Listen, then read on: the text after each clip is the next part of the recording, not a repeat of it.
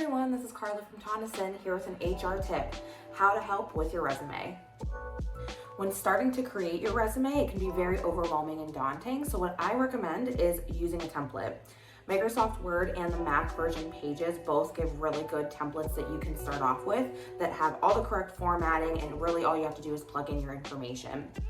Also, if you're going into a specific industry, a really good idea is maybe to Google some sample resumes from the industry that you're going into, just to kind of see what your peers are using as well. That way that can help you to pick a template. Okay, so you have your template picked out. Next, you want to put in your information. The contact information at the top is very important. Make sure that you're including your email address and your phone number. You can also have your LinkedIn page there as well as a hyperlink.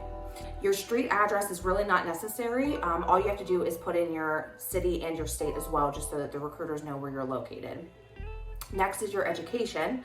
Make sure that you're putting in your highest degree earned. If you are currently still in school, the dates that you can put for your schooling is the expected graduation date that you have. However, if you've already graduated, you really don't have to list the dates if you don't want to. It's not something that's super necessary. Then you want to plug in your previous employment. This will be in chronological order from your current employer or most recent employer all the way down.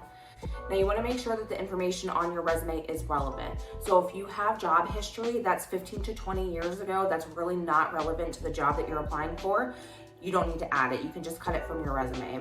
You want to make sure that your resume is about 1 to 2 pages long, and you really shouldn't go over 2 pages if you can help it. When you are listing out any skills, responsibilities, or achievements at your previous employers, make sure to just use clear, concise bullet points. You really don't have to have a paragraph. You want to make sure that it's very easy to read, and you also want to make sure that anything you're putting is relevant to the job that you're applying for. Next thing, once you have your resume completed, is proofread, proofread, and proofread some more.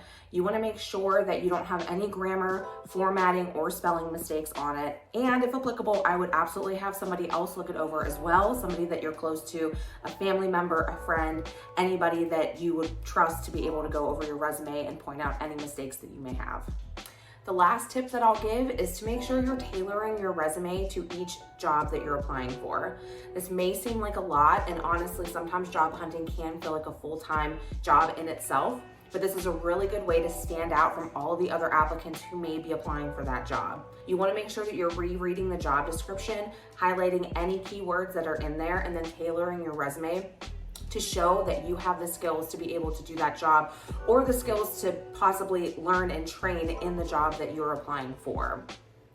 As I said before, this entire process can sometimes be a little overwhelming and daunting, but hopefully with a really good resume in your back pocket, you'll be able to find a job in no time.